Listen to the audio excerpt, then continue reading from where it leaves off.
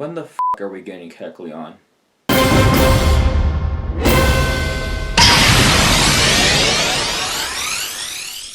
Welcome to Pokemon Go Ahead, it's your boy Cheeklay. Looking back at when we had the 4th anniversary poster, we noticed that there were some Mega Evolutions and Generation 6 starters in that poster as well, telling us that Generation 6 is coming pretty soon. And from a trailer from back in May or June, we got a trailer about Mega Evolutions being in Pokemon Go in 2020. We don't even know when that's actually going to be a thing. We don't know if it's going to be next month. We don't even know if it's going to be in December. Or maybe it might be a little delay. We don't even know at all. Generation 6 is coming up pretty close.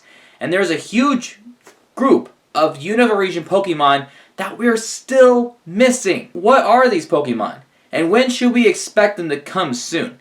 Well, we haven't heard anything about a new wave of Unova region Pokemon coming in, or if there's like an event where they're just going to drop in like 2 species every 3 weeks or whatever. I would personally love it if they just do a huge wave, because we really don't have that many Pokemon left. We actually have about 28. We're excluding Keldeo and Meloetta, so technically we have 26 left. And honestly, I just feel like that 26 should just be dropped.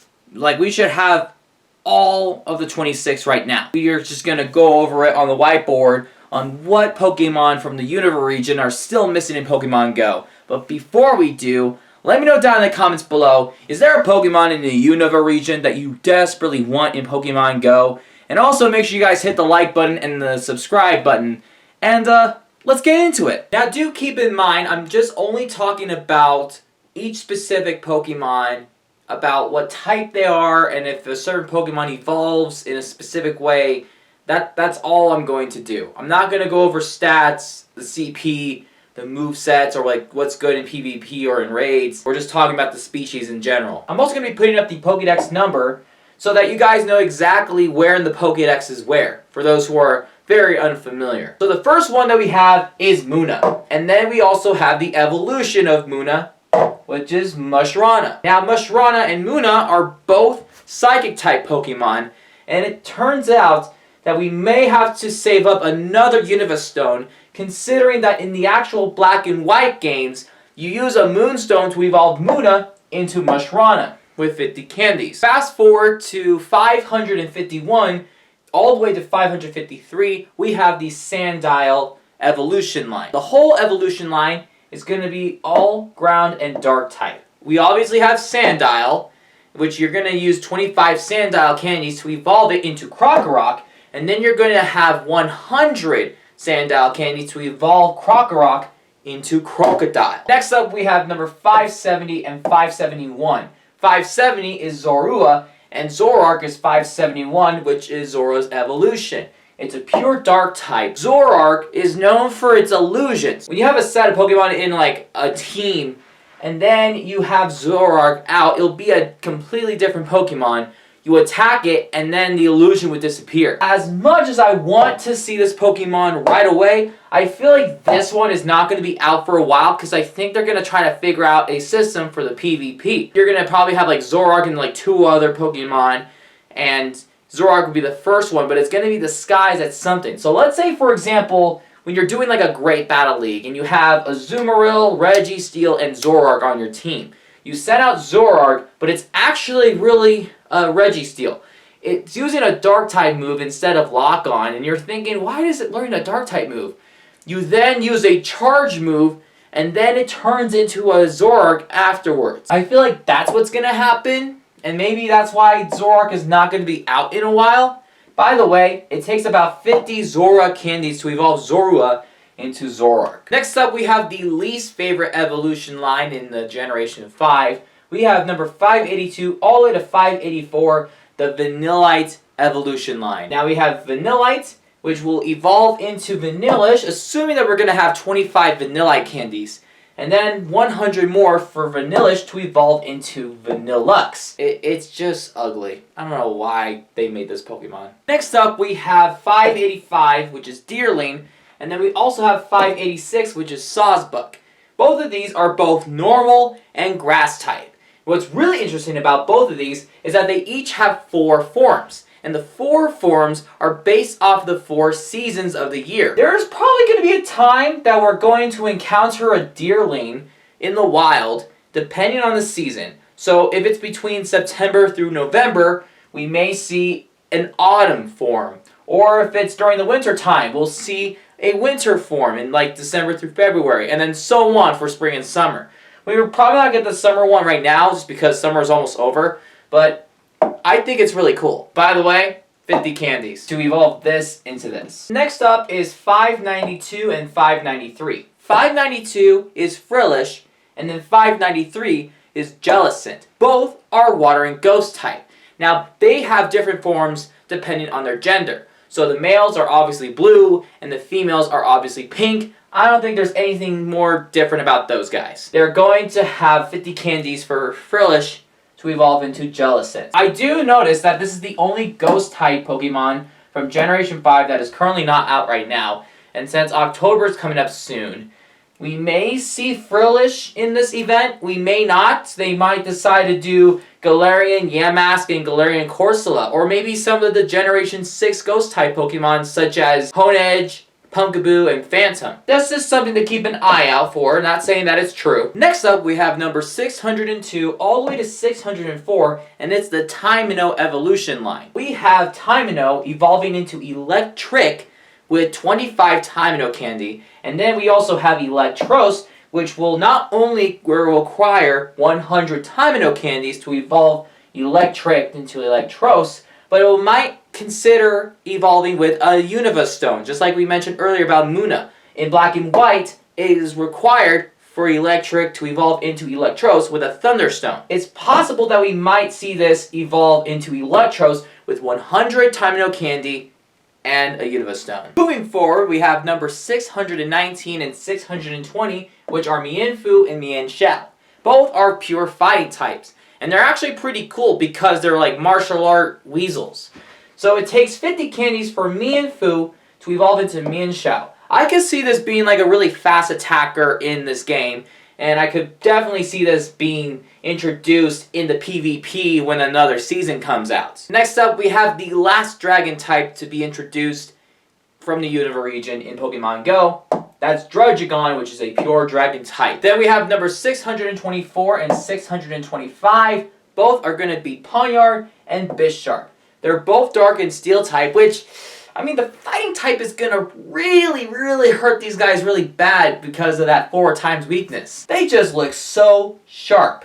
No pun intended. Next we have 629, which is Volibee, and number 630, which is Mandibuzz. Now, they're both the opposite of Rufflet and Braviary, which are Pokemon that are already in the game. So the fact that these guys were left out, like, it's kind of obvious because of the whole PvP thing. I could see these guys being out in October, despite the fact they're not ghost type. It takes about 50 Volibee candies to evolve Volibee into Mandibuzz. The last set of Pokemon are going to be number 636, which is Larvesta, and number 637, which is Val Corona, both bug and fire types. Now, the Val Corona is so sick, and I love its typing too.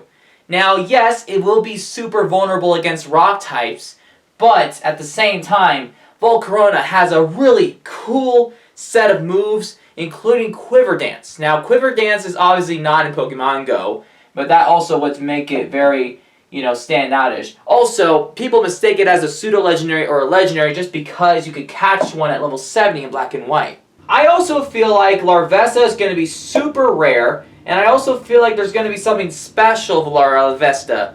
And I also believe that it'll also require more than just 50 candies to evolve Larvesta into Val Corona. I feel like, just like Magikarp, Wailmer, and Swablu, we haven't had a Pokemon in a very long time that requires over 100 or 200 candies to evolve in a single evolution. So I can see Larvesta and Val Corona, believe it or not, this is just a guess, I feel like we may have to get 400 Larvesta candies to get this into this. I'm just saying. Now let's discuss about the 2 mythical Pokemon that still are not released from the Unova group. Now, do keep in mind, they're probably not going to be out for like a very long time, but since they're from the Unova region, we might as well talk about them anyway. Number 647 is Keldeo. Now, if you do recall that the three swordsmen such as Terrakion, Virizion, and Cobalion, this guy is just an extra one. It's just there. It's a water fighting type, and it does have another form. The special form that Keldeo has is called the Resolution form. I have no memory of what the Resolution form benefits for it, but it pretty much decorates its horn. Now, the last one we're going to go over is number 648, and that is Meloetta. Now, you could see on the board, I got two different pairs of dual types up on the board. The normal psychic type is the actual mythical Pokemon Meloetta. But as you can tell, I wrote down normal and fighting type because Meloetta has another form, and it's called the Pirouette form, which makes it a normal fighting type. Now, I believe that not only it changes its typing and form, it also does something with its stats as well. Because this is more of a special attacker, and this is more of a physical attacker. So, since there's no such thing as special attack and special defense in Pokemon Go, I think that its stats are pretty much going to be the same regardless of its form. Now, Keldeo and Meloetta, we don't know exactly when they're going to be coming out. Because remember, we also have other mythical Pokemon from the Sinnoh region that are not released yet. So we're expecting either from raids, we're expecting some kind of special research, we're expecting like some kind of an event that will release these guys. I feel like we're gonna probably have a special research for Victini, considering that there are some people who did not buy a GoFest ticket will potentially get a Victini. So if you did not buy a ticket, expect Victini to have a special research. And for everybody else that did GoFest, like myself, expect Victini to have a special research coming up soon. And if it's not Victini, we may see Keldeo, or it could be in raids, and kind of like with the situation with Genesect, it'll probably be easy to take out. Meloetta, just like we discussed about earlier, I could see this mostly in a special research. Or maybe next year's GoFest. I don't know. I could also see Manaphy, another one, having its own GoFest special research or whatever. Then we have Shaymin. Now, Shaymin has two forms. It has a regular form, and it also has the Sky form, which turns it into a grass flying type. So I could see that form being in raids, but not the actual Shaymin. Arceus, I mean, he's a god. I feel like you're going to have to invite a lot of people in raids, because I don't think he's going to be easy to take out. He's the god of all Pokemon. And then Fion, well, I don't know about Fion. Maybe a 50-kilometer egg or something. So do keep in mind that some of these Sinnoh and Hoenn region Pokemon that are mythical may appear in these special research in the future. And Victini is not new, but some people didn't buy a GoFest ticket, so you never know. And that is the look of the missing Pokemon in Pokemon Go. Let me know down in the comments below, which Pokemon are you mostly excited to see come out in the future? And then I think in the next video we're going to discuss about every single Generation 6 Pokemon that may come out in Pokemon Go. But stay tuned for that. Anyway guys, thank you so much for watching, and peace out.